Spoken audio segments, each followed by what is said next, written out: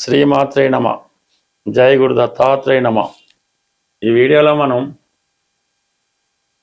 మకర రాశి వారికి మార్చి 8వ తారీఖు నుంచి 14వ తారీఖు మధ్యలో జరగబోయే వార ఫలాలు పరిశీలించినప్పుడు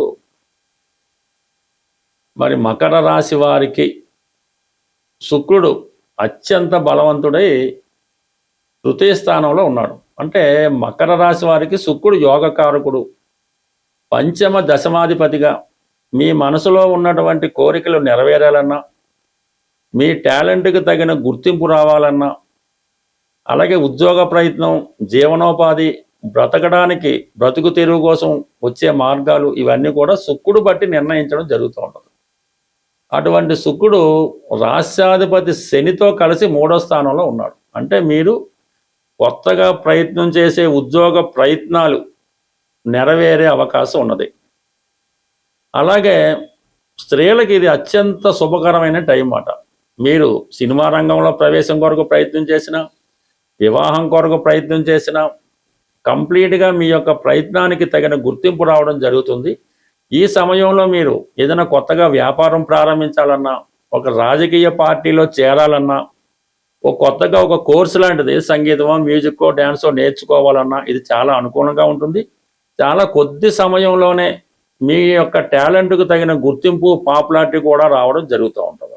ఏదైనా ఒక శుభ సమయంలో గ్రహాలు అనుకూలంగా ఉన్నప్పుడు ఏదైనా ఒక పని ప్రారంభిస్తే ఆ పని కంప్లీట్గా దిగ్విజయంగా మారడం జరుగుతూ ఉంటుంది. ఎలాగైతే మనం పుట్టినప్పుడు ఉన్నటువంటి గ్రహస్థితి జీవితాంతం పనిచేస్తుందో, ఒక ముహూర్తంలో ప్రారంభించినటువంటి పని అలాగే పూర్తిగా సక్సెస్ అన్నది జరుగుతూ ఉంటుంది. అందువలన ఈ సమయంలో మీరు కొత్తగా ఏది ప్రారంభించినా అది తొందరగానే సక్సెస్ అవ్వడం, పాపులారిటీ పెరగడం జరిగే అవకాశం ఉంది. అలాగే ధనయోగాలు కూడా బాగున్నాయి. ఈ సమయంలో సుమారు 4 గ్రహాలు ధనస్థాన సంచారం జరుగుతుంది. అందులో ప్రధానంగా కుజుడు చతుర్థ లాభాధిపతిగా ధనస్థానంలో ఉన్నాడు. ధనాధిపతి రాహుతో కలిసి ఉన్నాడు. అంటే అక్రమ ఆర్జన, బ్లాక్ మనీ లాంటిది రావడం జరుగుతూ ఉంటుంది. ఏదో మీ దగ్గర ఒక స్థిరాస్తి, 1 ఎకరం పొలం ఉంది, అది ఒకేసారి దాని విలువ పెరిగి అనేక రెట్లు పెరగడం వలన విపరీతమైనటువంటి ధనం రావడం జరిగింది. అంటే బ్లాక్లో 10 కోట్లు, వైట్లో 1 కోటి వచ్చింది అనుకోండి. ఈ విధంగా మీకు ఆకస్మిక ధనలాభం లాంటిది బ్లాక్ మనీ రూపంలో రావచ్చు. అలాగే గతంలో మీరు ఎవరికన్నా ఇచ్చినటువంటి ధనం వాళ్ళు కూడా న్యాయసమ్మతంగా మీకు ఇవ్వడం వల్ల ధనం వచ్చే అవకాశం ఉంది. అయితే ఈ ధనం పంచుకునే విషయంలో కుటుంబ సభ్యుల మధ్య విపరీతమైనటువంటి అభిప్రాయ భేదాలు రావడం జరుగుతూ ఉంటుంది. కుటుంబంలో ఒకరి ప్రవర్తన, వారి యొక్క ఖర్చులు చాలా కాలంగా మీరు అతన్ని భరిస్తూ ఉంటారు. ఈ సమయంలో కొద్దిగా ఓవర్ చేయడం వలన, మీరు అతన్ని భరించలేకపోవడం వలన మరి అది కుటుంబ కలహాలకు కారణం అవుతుంటుంది. తప్పనిసరి పరిస్థితుల్లో ఆ వ్యక్తిని మీరు ఏమీ అనలేరు, అలాగని బయటికి పొమ్మలేరు.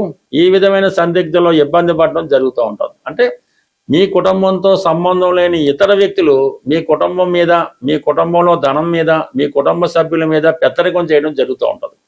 దాన్ని మీరు ఈ సమయంలో కంపల్సరీగా దాన్ని అవుట్ చేయడం మంచిది. లేని పక్షంలో అది మరింత తీవ్ర ఇబ్బంది కలిగి అది కుటుంబం స్ప్లిట్ అయ్యేలాగా రావచ్చు. ఎందుకంటే అక్కడ ప్రధానంగా రవి కూడా అక్కడే ఉన్నాడు.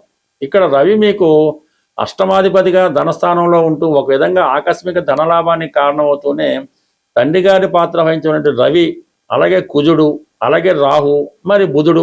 ఈ బుధుడు కూడా ఎలా ఉంటుందంటే ఎక్కడ ఏ గ్రహాన్ని బలం ఉంటే ఆ గ్రహంతో చేరి ఇబ్బంది పెట్టడం కానీ లాభం చేయడం కానీ జరుగుతూ ఉంటుంది. ఈ సమయంలో ఈ కుటుంబ సభ్యుల మధ్య తీవ్ర భిన్నాభిప్రాయాలు ఏర్పడటం వల్ల తీవ్రమైనటువంటి విభేదాలు, ధనం కొరకు ఇబ్బంది పడడం, అది అన్నదమ్ముల మధ్య, తండ్రి కొడుకుల మధ్య, భార్యాభర్తల మధ్య కూడా విభేదాలకు కారణం అవుతుంది. కాబట్టి చాలా సహనంగా ప్రవర్తించడం మంచిది. వచ్చిన ధనాన్ని జాగ్రత్తగా భద్రపరుచుకొని కొన్ని రోజులు పోయిన తర్వాత ఆ ధనం ఏం చేయాలో ఆ ధనమే చెప్తుంది. కాబట్టి ఇప్పుడు తొందరపడి ఇబ్బంది పడటం వల్ల కుటుంబం విడిపోవడం జరుగుతూ ఉంటుంది. ఎవరికి వచ్చింది వాడు తీసిపోవడం జరుగుతుంది. కాబట్టి చాలా జాగ్రత్తగా వ్యవహరించండి.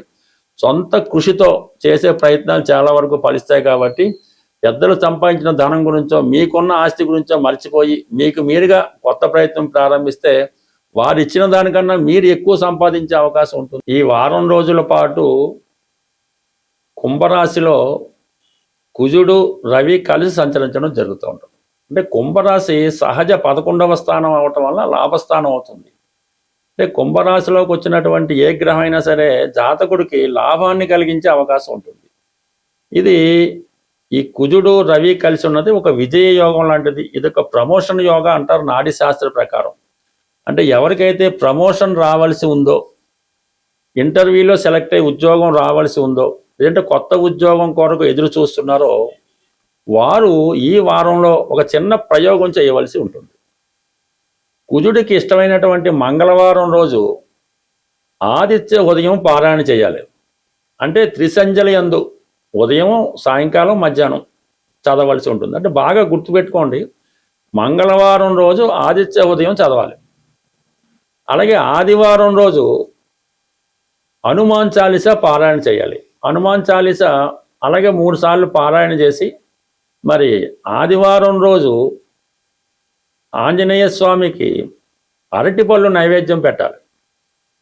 అలాగే మంగళవారం రోజు సూర్య భగవానునికి గోధుమతో చేసిన హల్వా నైవేద్యంగా పెట్టి, ఈ 2 రోజులు మాత్రం శ్రద్ధగా చేయటం వల్ల మీకు అర్హత ఉంటే 100కి 100 పాళ్ళు ఉద్యోగం అన్నది వచ్చి తీరుతుంది. లేదంటే ఏదైనా కార్యసాధనలో మీరు విజయం సాధించడం జరుగుతుంది. అంటే సమస్త విద్యలు ఆంజనేయ స్వామికి సూర్య భగవానుడే నేర్పడం జరిగింది. సూర్యుడే మానవుడికి ఏదన్నా ఇవ్వగలడు. అది శమంతకమణి లాంటిది, రోజుకి విపరీతమైనటువంటి బంగారాన్ని ఇచ్చే శమంతకమణి కూడా సూర్య భగవానుడు ఇచ్చిందే. అలాగే అక్షయ పాత్ర, ఇవన్నీ కూడా ఏదన్నా అటు ఐశ్వర్యం ఇవ్వాలన్నా, అటు ఆరోగ్యం ఇవ్వాలన్నా కూడా సూర్య భగవానుడు ఒక్కడు మాత్రమే ఇవ్వగలడు. ఆ సూర్య భగవానుడు మరెవరో కాదు, సాక్షాత్తు విష్ణుమూర్తే. అది ఈ చిన్న విషయం మీ అందరికీ తెలుసు. బట్ ఒక పరిహారం నిమిత్తం ఎవరైతే ఇప్పుడు నిరుద్యోగులు ఉద్యోగం కొరకు ఎదురు చూస్తున్నారో వారి చిన్నపాటి రెమెడీ మీరు చేసి చూడండి. విజయం అన్నది 100కి 100 పాళ్ళు మీకు రవి కుంభరాశి మారే లోపల వచ్చే అవకాశం ఉంది. వారం రోజులే టైం కాబట్టి కంప్లీట్గా మీరు ఈ పరిహారాన్ని పాటిస్తారని, రాబోయే నూతన సంవత్సరాన్ని ఆనందంగా గడుపుతారని ఆశిస్తూ స్వస్తి. అలాగే మరొక చిన్న విన్నపం ఏంటంటే, మన హైదరాబాదులో ఈ మార్చి నెల 29వ తారీఖున ఒక జ్యోతిష్య మహాసభ జరగబోతుంది. దాన్ని సెమినార్ అని కూడా అంటారు. అది హైదరాబాద్లో సుందరయ్య విజ్ఞాన కేంద్రం బాగ్లింగపల్లిలో ఉంటుంది. దాంట్లో పాల్గొనే అవకాశం ఉన్న వాళ్ళు ఎవరన్నా పాల్గొనాలని ఇంట్రెస్ట్ ఉంటే కంపల్సరీగా మీ నేమ్ రిజిస్టర్ చేసుకోవడం మంచిది. దీనికి ఎటువంటి ఫీజు మీరు చెల్లించక్కర్లేదు. మీకు కావాల్సినటువంటి భోజన సదుపాయాలు వగైరా వగైరా సంస్థ వారే ఖర్చులు పెట్టుకొని జ్యోతిష్యాన్ని ప్రచారం చేసే ఉద్దేశంతోనూ, మరి కొంతమందికి ఈ ఉగాది పురస్కారం ఇవ్వాలనే ఉద్దేశంతో నిర్వహిస్తున్నారు. కాబట్టి అభిమానం ఉన్నవాళ్ళు తప్పనిసరిగా ఈ జ్యోతిష మహాసభలో పాల్గొంటారని, ముందుగా మీ పేరు రిజిస్టర్ చేసుకుంటే దానికి తగ్గ ఏర్పాట్లు సంస్థ వారు చేసుకునే అవకాశం ఉంటుంది. స్వస్తి.